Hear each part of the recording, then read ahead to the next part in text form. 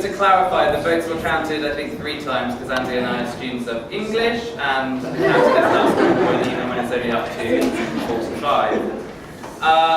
There were 2 abstentions. 2 people felt that they weren't in a position where they could vote. Yeah. So the winners won 31 votes to 7. 31, does everyone run that down? 31 votes to 7. And victory falls to the proposition.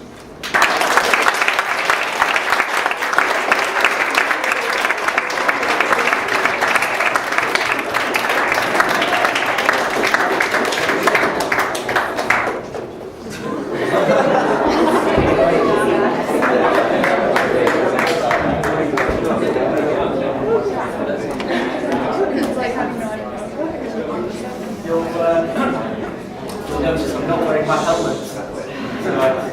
I should declare I'm a Viking and a Northerner. I have to say that for all of the virtues of the argument from your wonderful colleagues over here, I was actually quite delighted by the outcome because I had to go home tonight.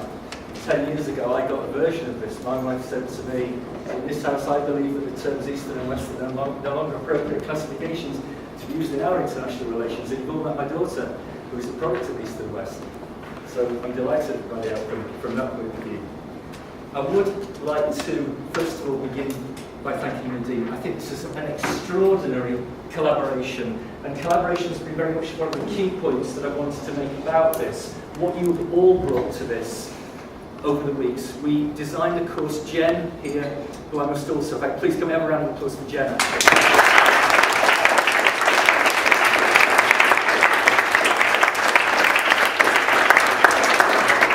Jen's initiation and orchestration of the development of this idea within Oxford Summer Academy, Oxford International College, this superb collaboration of minds from all around the world, from East and from West.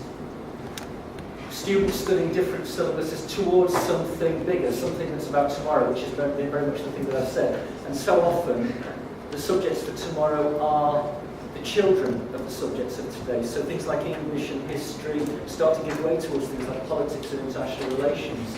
For those of you studying things like biology and chemistry, they start to give way to medicine. So Nadine, thank you so much for this engagement with the group and the product. It really is quite superb.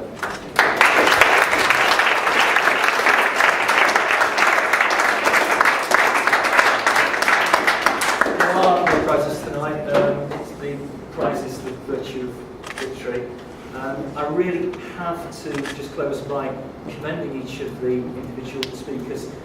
Max, for kicking the whole thing off. My God, this is a long walk, and this can be a lonely place when you begin something like this. It was tremendous, the determination and the commitment, the thought that went into everything you had to say.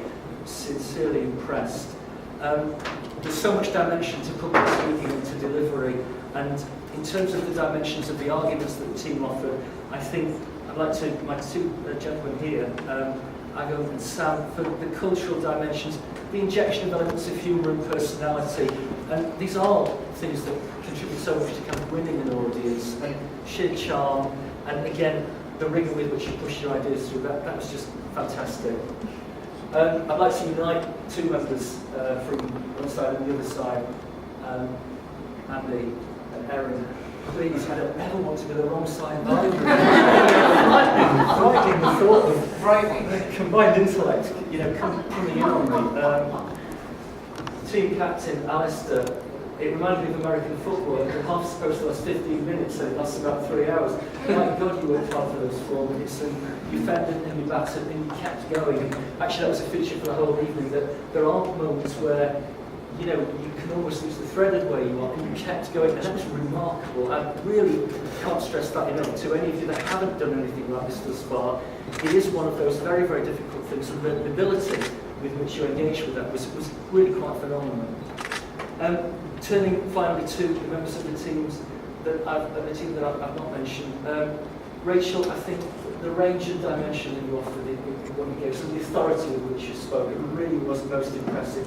Would it be fair just to comment on the vote and say a little bit that, team, you were kind of fighting inherent beliefs, And you definitely, within the vote, you actually turned a number of people by the force of your argument.